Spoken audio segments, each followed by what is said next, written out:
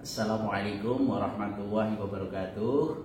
Para pemirsa, berikut akan dijelaskan tentang gaya-gaya gesek statik dan kinetik serta susunan dari balok yang diletakkan di atas meja dan sebagian digantung. Kita akan lihat alat-alat peraga yang ada di depan meja ini. Yang pertama, ini adalah balok. Kalau kita meletakkan balok di atas meja, maka gaya-gaya yang terjadi pada balok tadi adalah yang pertama, kita lihat dari gambar sini. Ini adalah ada gaya berat, kemudian ada gaya normal.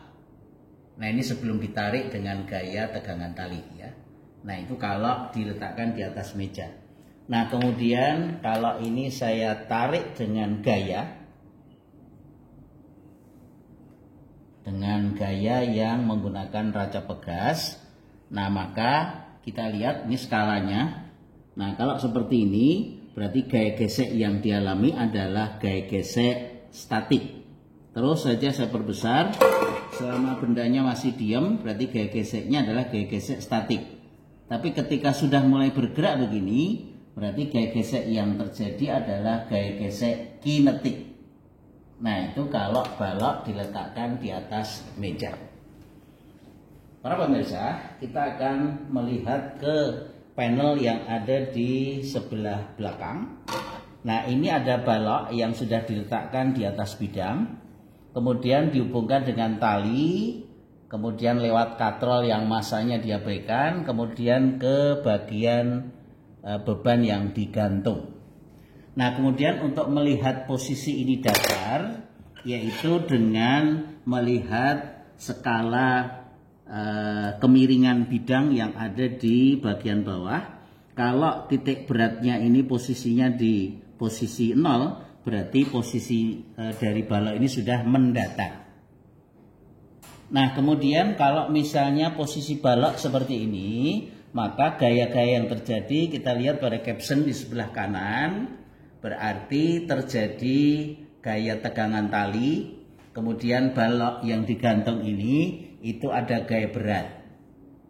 Nah, selama besar gaya berat ini masih lebih kecil dari gaya gesek statik maksimum balok yang berada di atas bidang datar, maka sistem masih diam saja di tempat seperti ini.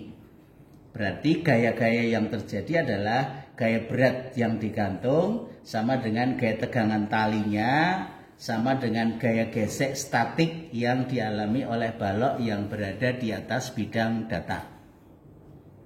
Nah, sekarang kita kembali kepada alat peraga kita. Kalau misalnya ini saya tambahkan dengan beban, maka kalau besar gaya berat ini sudah lebih besar daripada gaya gesek statik maksimum pada balok yang berada di atas bidang datar, maka sistem akan bergerak. Kita akan coba lihat para pemirsa. Ini saya pasang di sini.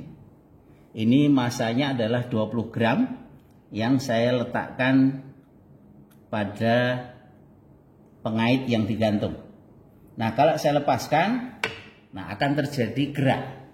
Nah, pada saat terjadi gerak berarti sudah mengalami percepatan, maka percepatan yang dialami adalah gaya berat dari balok yang digantung, kemudian dikurangi dengan gaya gesek kinetiknya dari balok, itu sama dengan gaya keseluruhan.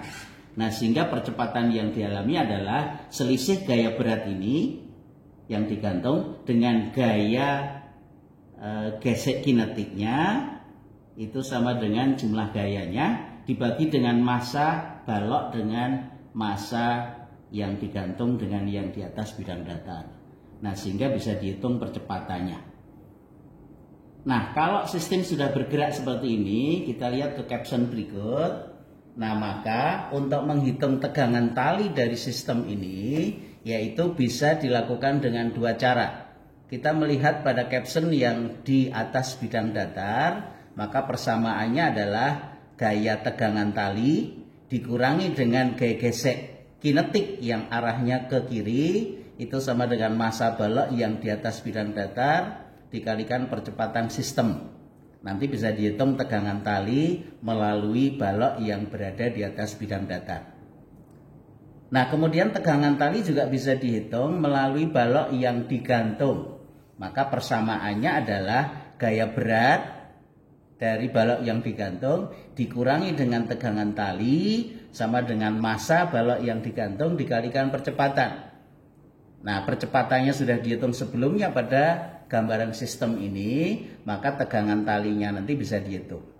Nah, tegangan tali yang dihitung melalui balok yang digantung maupun melalui balok yang di atas bidang datar itu nilainya harus sama. Sekaligus itu untuk cross check apakah perhitungan kita benar atau tidak.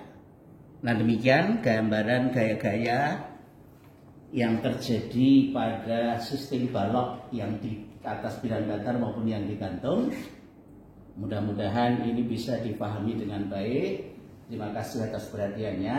Berikutnya nanti akan dijelaskan bagaimana kalau posisi dari balok ini akan kita miringkan, sehingga gaya-gaya yang terjadi adalah gaya yang berada pada bidang miring. Demikian, terima kasih atas perhatiannya. Assalamualaikum warahmatullahi wabarakatuh.